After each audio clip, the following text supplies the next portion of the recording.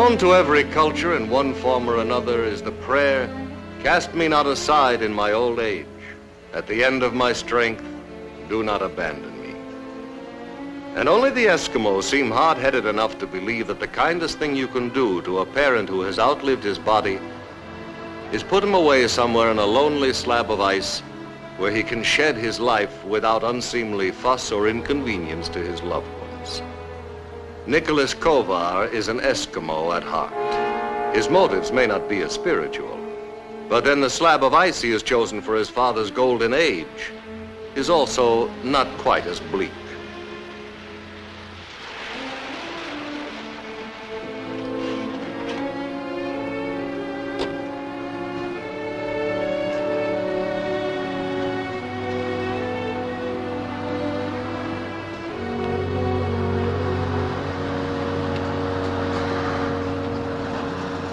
Well, come on, Pop, don't make a whole production of it now. Well, come on, Pop, what do you say? You just want to sit there and sulk? You wait here, I'll be right back.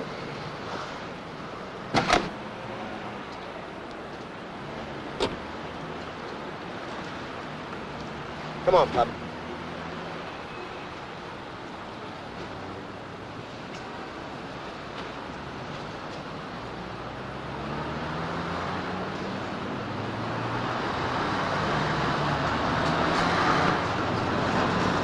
Want me to check you in?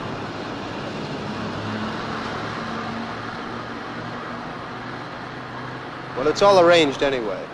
Make sure they give you a room with a private bath. That's what I paid for.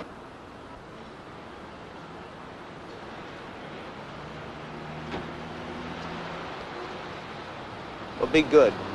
Call you when we get back, about a month or two. Oh, and if you have any trouble, get sick or anything, call my lawyer. He'll take care of you. I told him anything you need.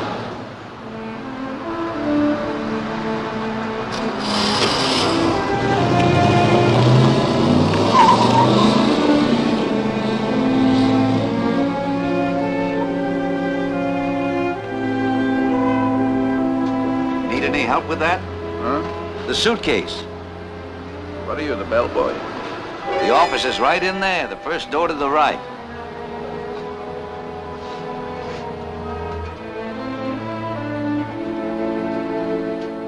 Now, the lights go out at 10:30. Breakfast is 8 o'clock. Nobody is served after 8:15, and sick call is every Friday morning at 9:30.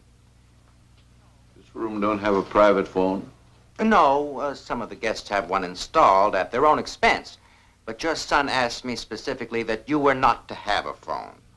That's what I told him to ask. I think you'll find that if you give this place just half a chance, you'll like it a lot better than you think.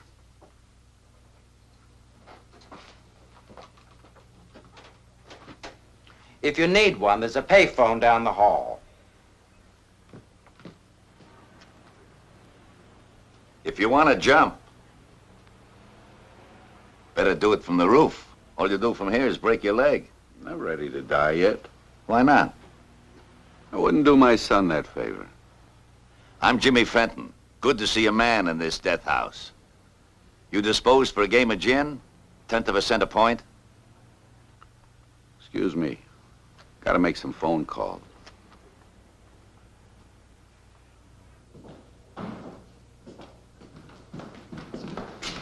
Don't waste your money. Come on.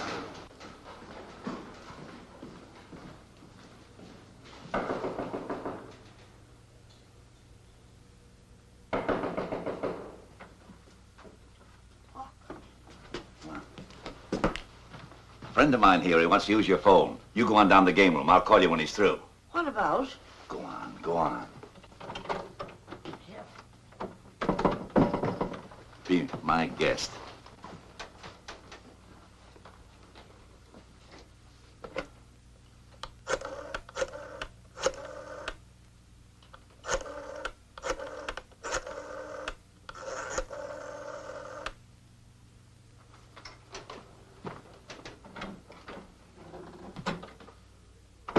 Olga? Yeah, it's me. You said he wouldn't do it, huh? Well, here I am. What do you say now? Well, what do you think I want? I want to get out of here. You know that empty room that you... Well, I wouldn't be in your way. How would I be in your way? Oh, you just rented it this morning? Thanks. Good luck.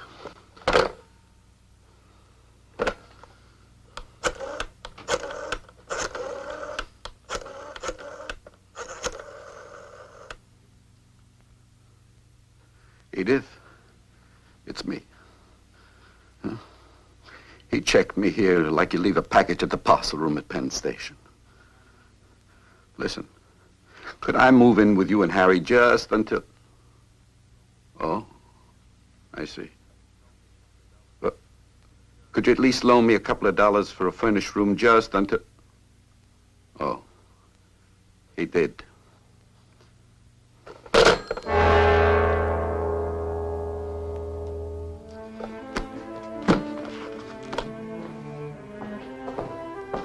How do I know he's not calling long distance? Haven't you any faith in your fellow man? Are you kidding?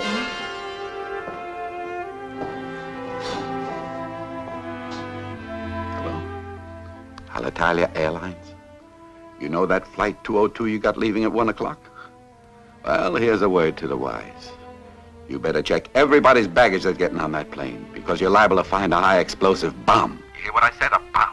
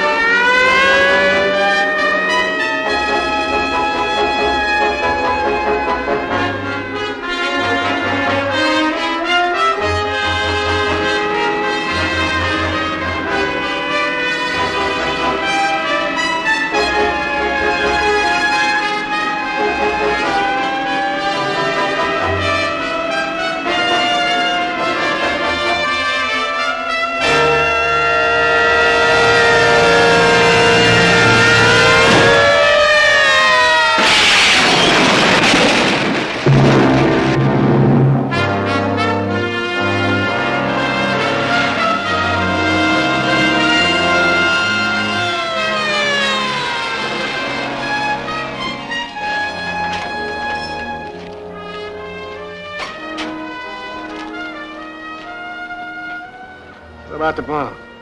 What bomb? The call was a phony. What about you? You all right? Anything broken? Well, you think they'll take it out of my pay? You let me know if they do. I'll start using the subways.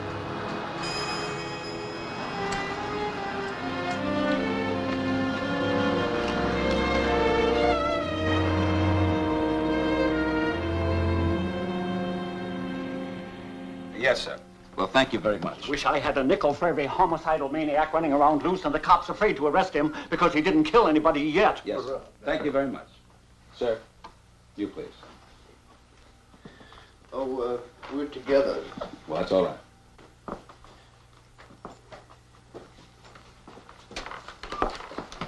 How much longer are we going to be held up here, huh? That depends. Oh, what? You know that phone call was a phony, so what's the holdup? Well, we're still trying to find out who might have made such a call. Well, what do you want, a list of jokers? I could give you one as long as the Brooklyn phone book. What about your wife? Who?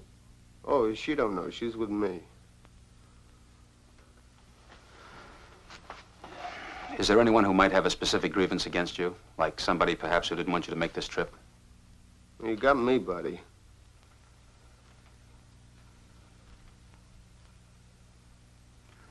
All right. Thank you very much.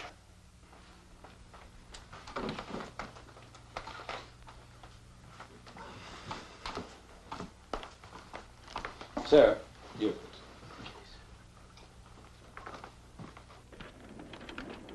A sick mind. A person with a sick mind. The more publicity you give him, the more he'll do it again, if you ask me. Thank you. Now, here's a young couple who look like they're all set for a honeymoon in romantic Rome. And your name, sir? And what's your name, sir?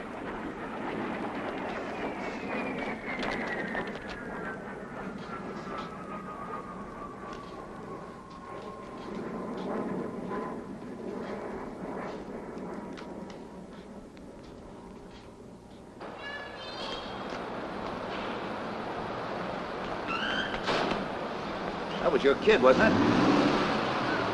I thought he looked familiar. Go for a beer? I got no money for drinks. Me neither. I'll treat you this time. I had a son. He went off one morning in a B-25. He never came back. What did you say your boy did? I didn't say. Now, the way you look to me, I'd bet you a mile of beer cans he's engaged in some dubious line of enterprise, huh? Ah, now, don't look at me like that. It's all the same to me now. I've been off the force for going on 9 years now. It doesn't matter to me which side of the law a man is on now. If he's smart, good luck to him. You were a cop? Chicago. 35 years, over 35. Back in the days when a badge still meant something. Oh, them days was like the Old West. What people thought of you depended on how you were with a gun, not on how much college boys, sociology, or psychology somebody stuffed in your head. Yeah, but nowadays, at least, when you got a store, like I had a cigar counter in an office building downtown, they don't come in every week with their hand out, like in the old days. Oh, if I had in my pocket now just half of the money I paid out and grabbed. That money was the best investment you ever made in your life, mister, and don't you ever forget it.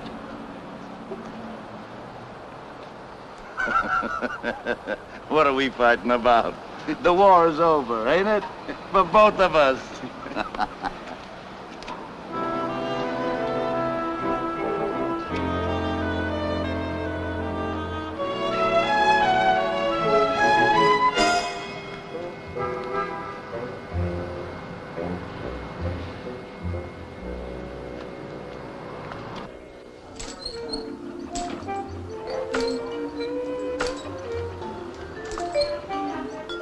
Drop dead, sweetheart. Oh, shut up. I've been meaning to ask you 100 times, if you don't like him, why don't you get rid of him? The one thing Herbert Kelvin left me? Never, never. Hey, 2 beers. I had this little storekeeper get wise with me once. Why should I pay you? You're supposed to be a public servant. And I said, I'll tell you why.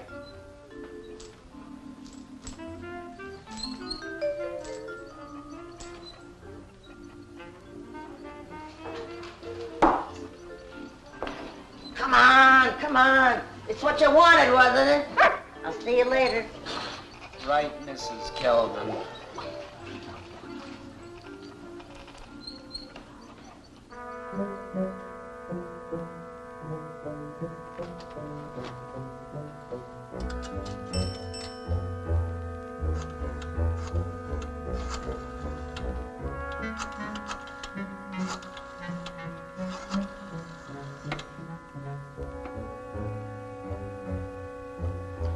Hello. Mrs. Kelvin? Is this the Mrs. Herbert Kelvin? This is somebody that's got his eye on you. I just want to leave you with a word to the wise. The next time you so much as lay a finger on that dog, there's going to be a little bomb left on your doorstep by certain interested parties. Enough said.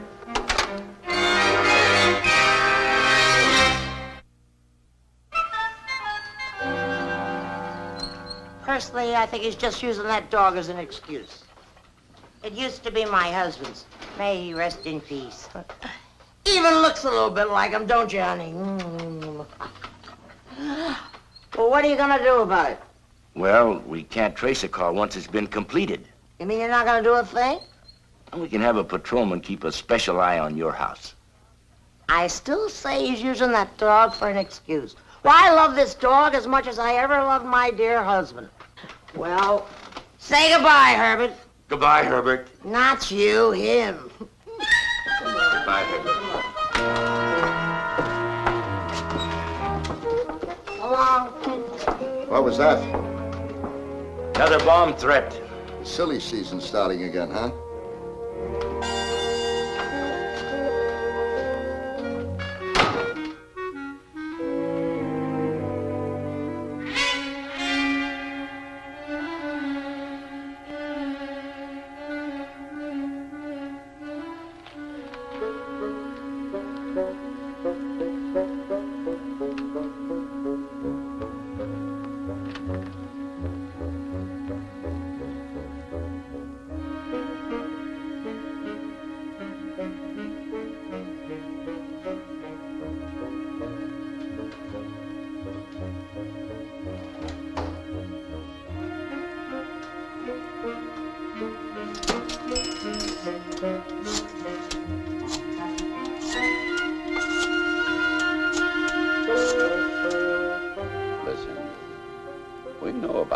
family you put out on the street.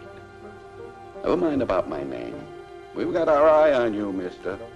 Don't be surprised if one of these nights a couple of my boys come and drag you out of bed and beat the daylights out of you with what do you call it, a bicycle chain.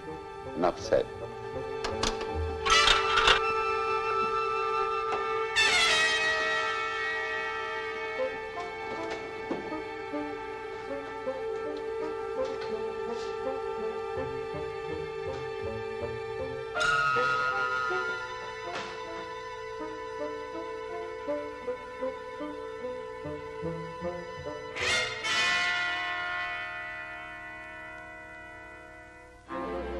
Listen, Mrs. Rudd, you call yourself a mother? Just let it be a word to the wise.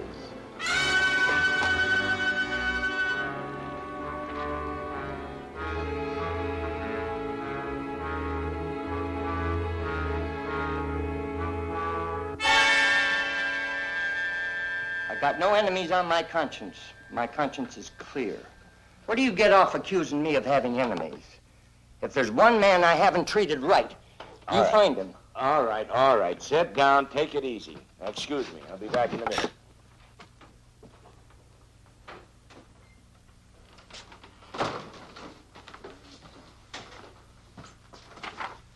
Name's Hano. Sound familiar? You guys don't read the newspapers. Come on, Frank, who is it? One of those human interest stories, you know, the stories that grab you by the heart. Look, if you're ready to talk, I'm ready to listen. He was on page 3 yesterday for trying to poison the pigeons on Riverside Drive. And Mike, at least 2 of the other people that were threatened on the phone, they also had their name in the paper last week. One for branding his wife, the other one for locking her kid up in the closet for a month. Nice people. That's the only kind we ever meet in here, isn't it? Yeah. You know, it's amazing to me how a phone call out of nowhere can hit a nerve or some hidden guilt in people. Even more than a lecture from a judge on a bench. It's as if you suddenly get a message from the human race saying you stink. Sure. Everybody his own judge. All you need is a newspaper and a telephone. I didn't say that. What kind of a man is it that gets his kicks out of attacking someone over a telephone? At least the criminal goes out and puts it on the line. Personally, I'd rather be attacked over the phone. It's not quite as apt to leave bullet holes. Oh, Frank, you're hot today. What about those people on the plane bound for Rome? Anything in the paper about them mistreating their canaries or wives or kids or dogs or what have you? No, nothing that I could find out so far. Well, keep looking. Get a clipping service. Charges of public relations. Yes, sir.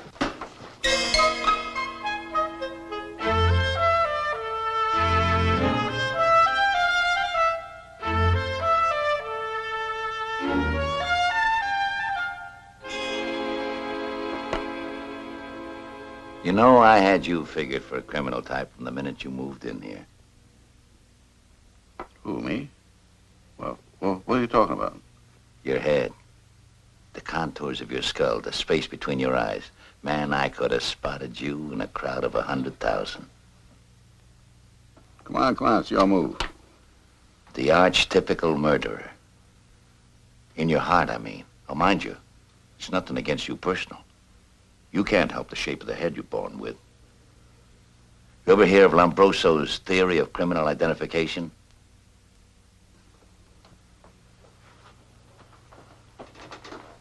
A throwback.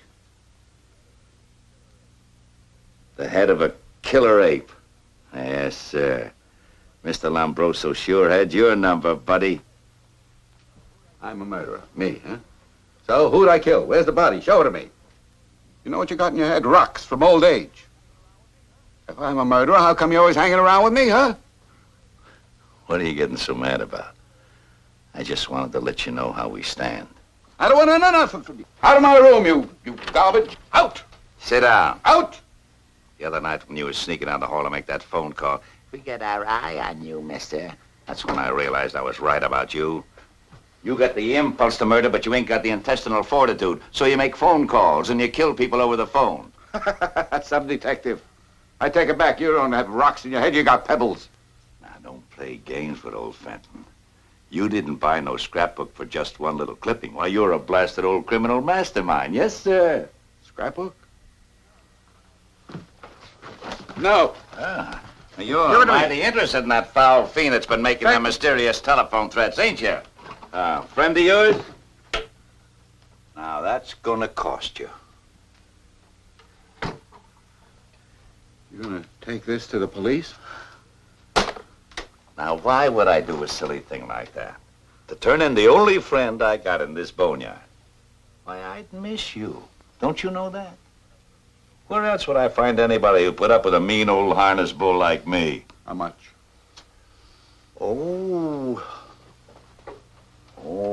Let's say $5 a week. $5 a week? You might as well make it 5,000. You'll raise it. How? Oh, now, you're a man with initiative. You're not like the rest of us worn-out human trash in this corner pocket of hell. You raise it. Look here. 666. And pleasant dreams.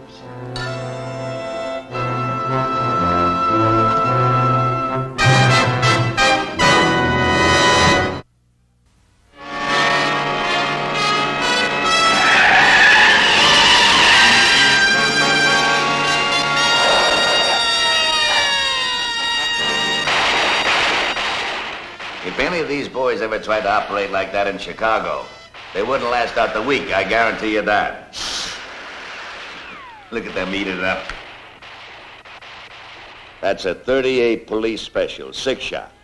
He just fired 8 without reloading, and at least one of them was aimed straight at his own foot.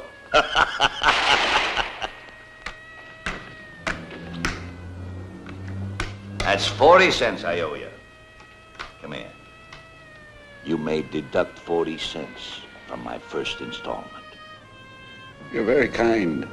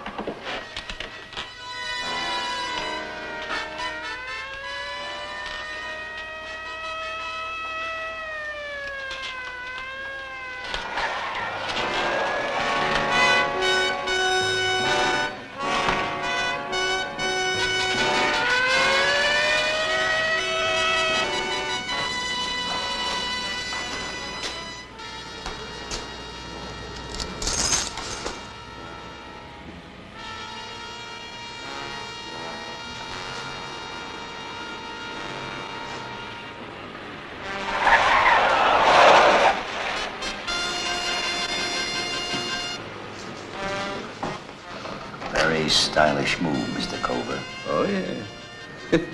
I thought you'd be pleased. I think we'll make it $10 next week for the extra risk. Oh, a lot can happen between now and next week. Now, you ain't threatening me, are you, son? Never mind. Just don't be so sure of yourself.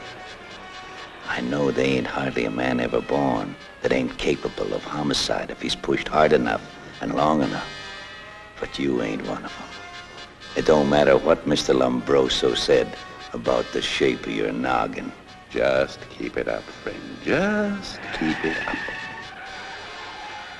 What are you going to do? Kill you. Sure. Sure.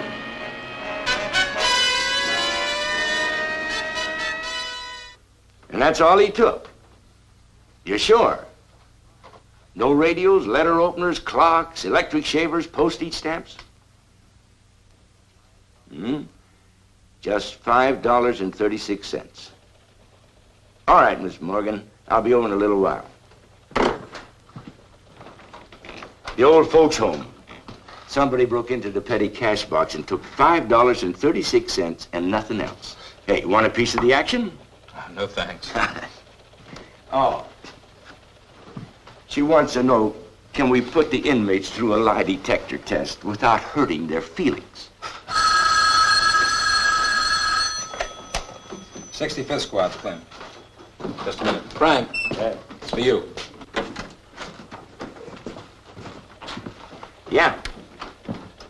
Oh, yes, Mr. Childs. I was on my way over. Oh. Oh, I see. It's all right with me. Goodbye. That was the boss of the old folks' home.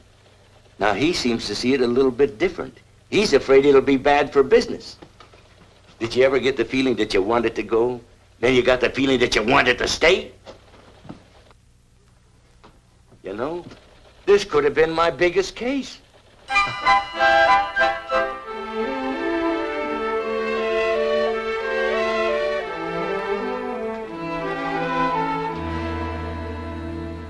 You ain't forgot it's payday.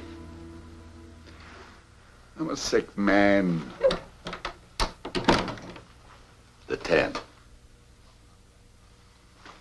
You talk about being a cop.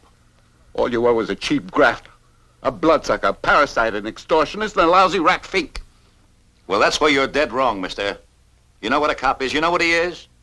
A hired mercenary. A man you hire to protect your flabby hide. And you just take it for granted that he'll risk his neck day in and day out for less money than a truck driver to keep you from being eaten up alive in this jungle. Well, for that, just like any other soldier, who are you to say you ain't entitled to some of the spoils of war, huh? And what about the chances I've been taking? Against the real criminals of the world. Against the rotten ones and the torturers, the pigeon poisoners. Who took it in his own hands to throw some fear of the Lord into certain people at his own expense and threaten them with the kind of punishment they deserved? Who? Your cops? You didn't call and scare them people because they were cruel and mean. Who says I did? You called them because it tickled you to hear them sweat. Well, let me tell you, my old friend, that I'm wise to you right from the start. And don't you ever forget it. And now I want my money. I haven't got it. Well, you're such a great performer on the telephone. Call up somebody and tell them... I don't know. I don't have to tell you how to use your imagination for crying out loud. Not enough you turned me into a thief. Come on, you old hypocrite. Get up out of that chair. Let's see you doing an honest day's work. You wouldn't care. You wouldn't care if I dropped dead in front of your eyes. Sure I would. You're the only friend I got.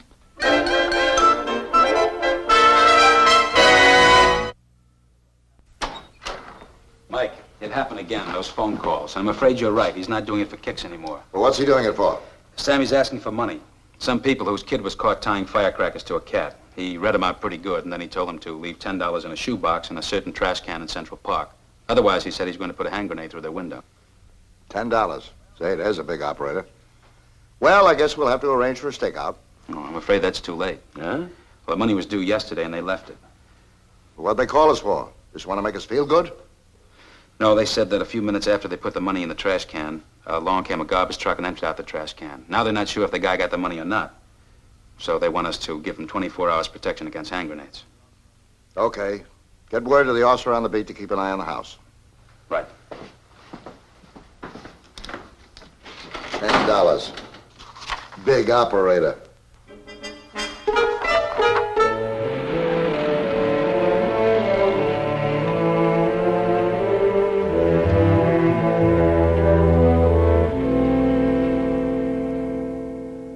You're pretty cute, you know that. You probably figured if you just caused enough trouble and commotion, I'd have to come back and take you home, huh? Trouble? What trouble? I'm a sick man. Sick in the head is what you were if you thought you could keep me from going away with that phony bomb scare of yours. Yeah, and don't give me that dumb look either. I know who made that phone call. For 2 cents, I'd turn you into the police and be rid of you for good, once and for all. And no expense either. And good riddance. 2 cents. Here. Here's 5 cents, big shot. Go ahead. Turn me in. Don't tempt me. Go ahead. They'll be glad to have me, so they can ask me some questions about the way my big shot son got his concessions into all them office buildings downtown. Think I'm an old man, so I don't know what's going on, huh?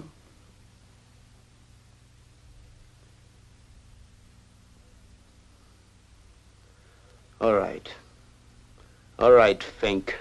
Pack your stuff. I'm taking you out of here. But only till I can figure out what to do with you. And don't you think for 1 second that you're getting away with anything.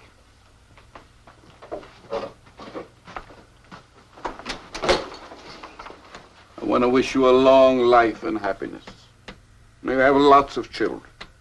May all your children have health, wealth, and happiness, together with their father and with their father's father. Come on, Fink.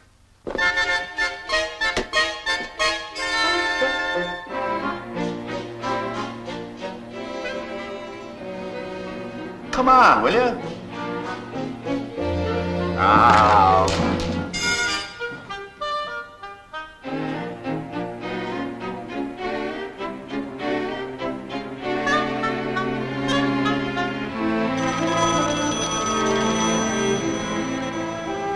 It's for you.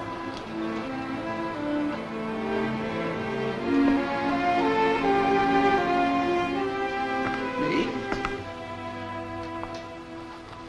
How could it be for me? Said a friend of yours.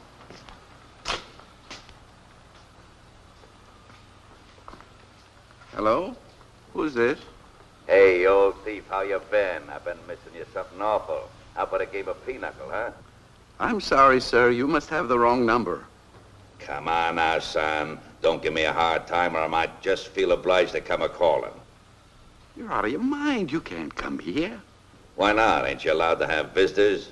Look, I'll mail it to you just as soon as I... For Pete's sake, man. Ain't you flattered somebody misses you? I haven't known what to do with myself ever since you left. Oh, well, if it's just for a social call. Why, certainly. What else did you think it was? I'll see you around 4 o'clock. Okay. Of course, this time it'll cost you $15 to pay for the taxi. The taxi? Well, you didn't expect a broken-down old flatfoot like me to walk all the way, did you?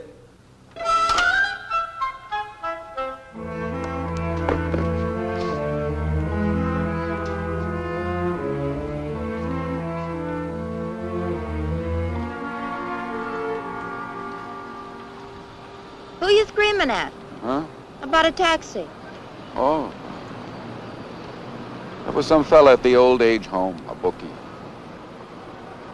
I asked him to bet $1.50 for me. He must have misunderstood. Now he says I own $15. Don't pay. Was his fault. Well, you see, it wasn't exactly his fault either. He's an old man. He's just an errand boy for this syndicate. In fact, he's actually my friend. He only called to warn me that if I don't come across, well, they'll send somebody to come and work me over with a bicycle chain.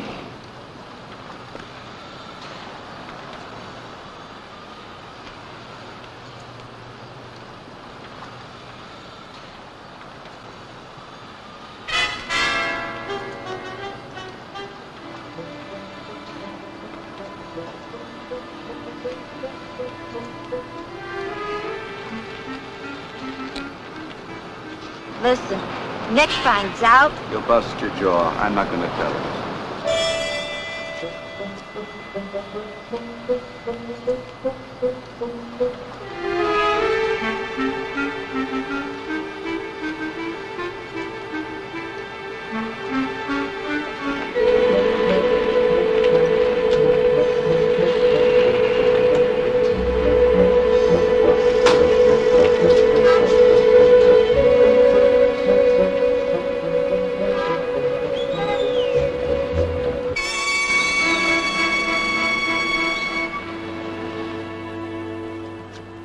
Man, will you look at him after just 1 week of home cooking.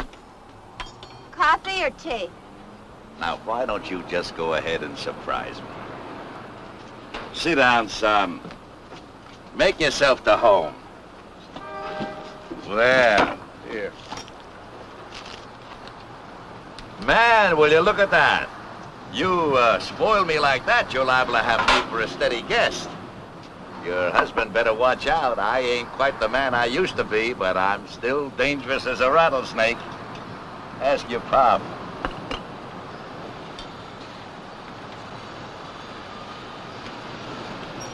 Don't come here no more. I'll mail you the money. I come all this way and you don't even act like you're glad to see me. You toss the money on the table like I'm some kind of a beggar. Don't you think I got any feelings, too? I guess I'm supposed to thank you for shaking me down. Why, you lousy little civilian. You checked into that boneyard, you look like somebody had been chewed up and spit out. Now you got something to live for. And so have I. Sure. So you can torture me. Don't you see? You're my Chicago. I'm your what? Chicago, Cicero, North Clark Street, The Loop, Michigan Avenue, Hotel Lexington. I guess them names don't mean anything to you, do they? Well, I'm off. It's gonna be $18 next week. Counting gratuities and all.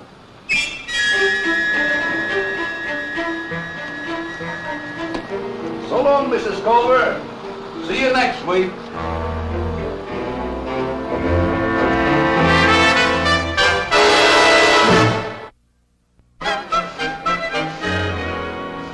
Excuse me, Mrs.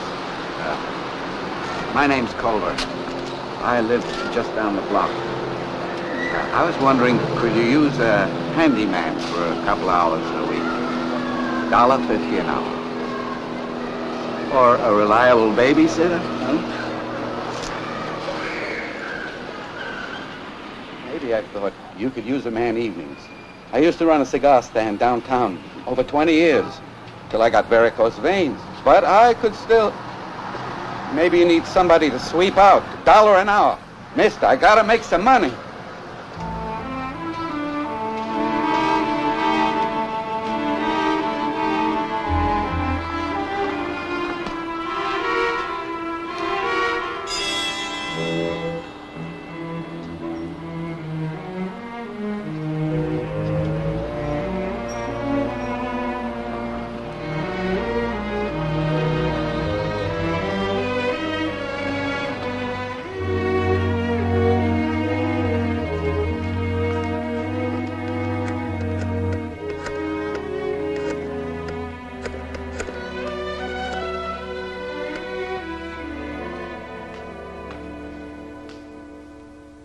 Hello? I'd like to speak to Mr. Fenton, please. Could you call him to the phone? Just tell him it's urgent. A friend. Just tell him a friend.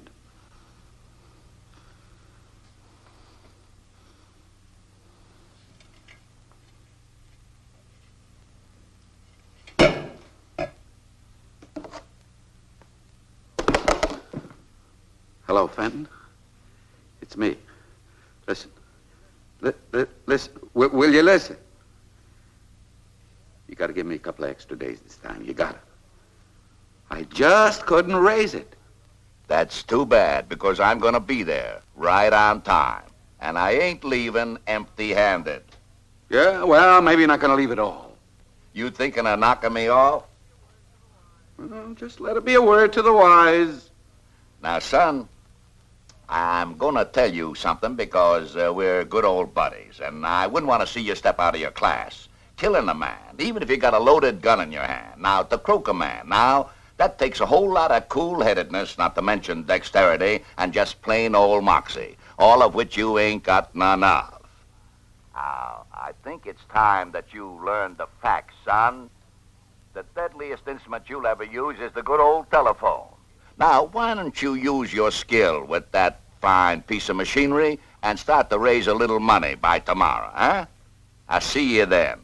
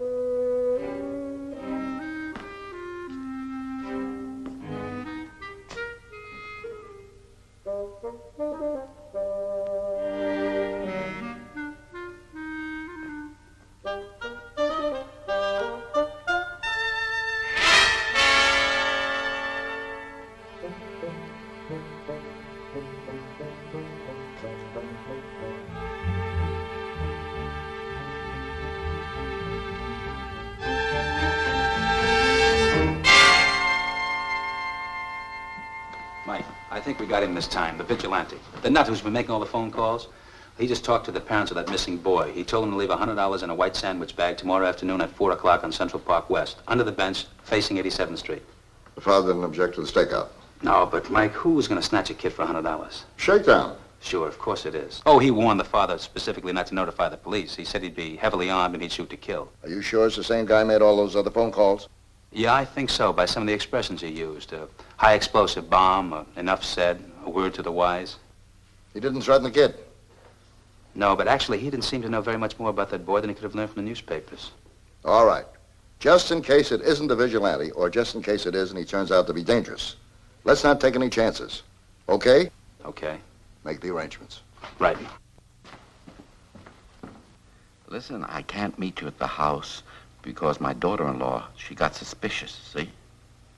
Wait a second. Keep your shirt on. I got the money. Now, I'll meet you at Central Park West, 4 o'clock, on the bench opposite the mailbox on 87th Street. 87. You got that? 4 o'clock sharp. Now wait, listen. Just in case my son or my daughter-in-law got suspicious and decided to follow me. Wait! The money will be waiting for you in a white sandwich bag under the bench. Yeah. 4 o'clock, don't forget. 4 o'clock sharp or somebody might see it and throw it away. Yeah. Yeah, well, be nice to see you too.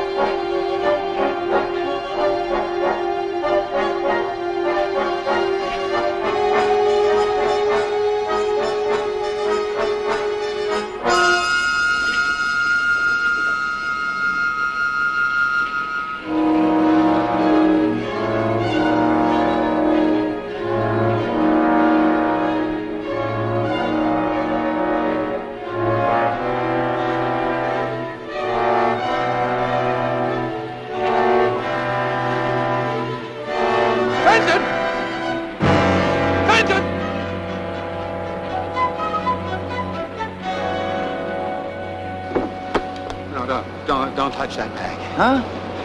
Let's get out of here fast. What's the matter with you? Cops all over the place. What's that got to do with me? Is the money in that bag? No, I don't know. I don't know what's in that bag. Don't you understand? It's a trap. What?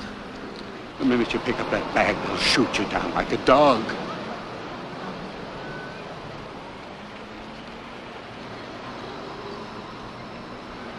You really wanted me dead.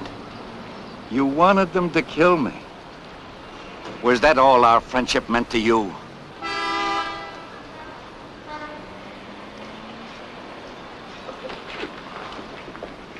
Now, will someone tell us what this was all about? Which one of you guys made all those phone calls about high explosive bombs and grenades and bicycle chains and kidnappings and why? You know how much anxiety you've caused people? Not to mention the trouble you're giving us. And how about that kidnapped boy? I read about him in the paper. Well, I had to have some money. Came over the radio, Mike. They found the boy. He was staying with a friend. Everybody has to have some money. I needed it for him.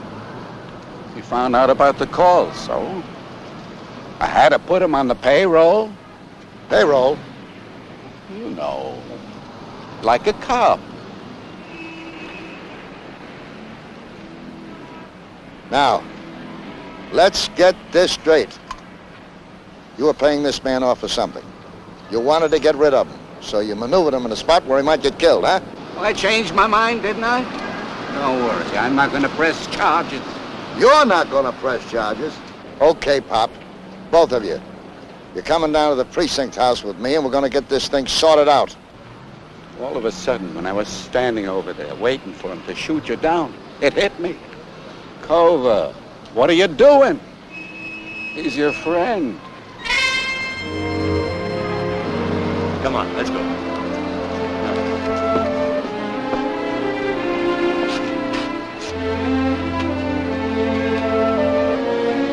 Madam, will you make me a solemn promise? What? When I get that old and that foolish, shoot me.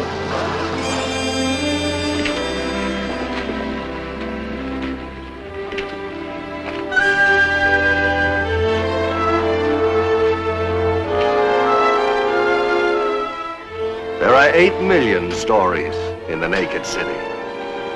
This has been one of them.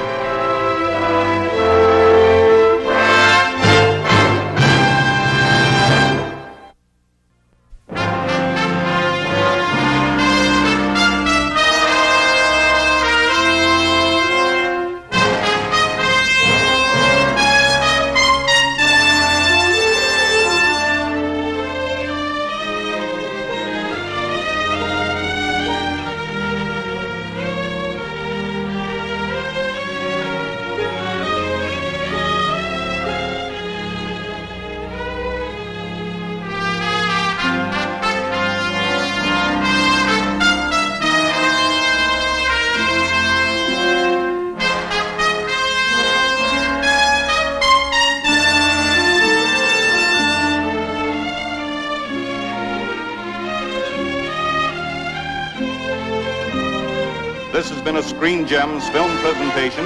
Herbert D. Leonard, executive producer.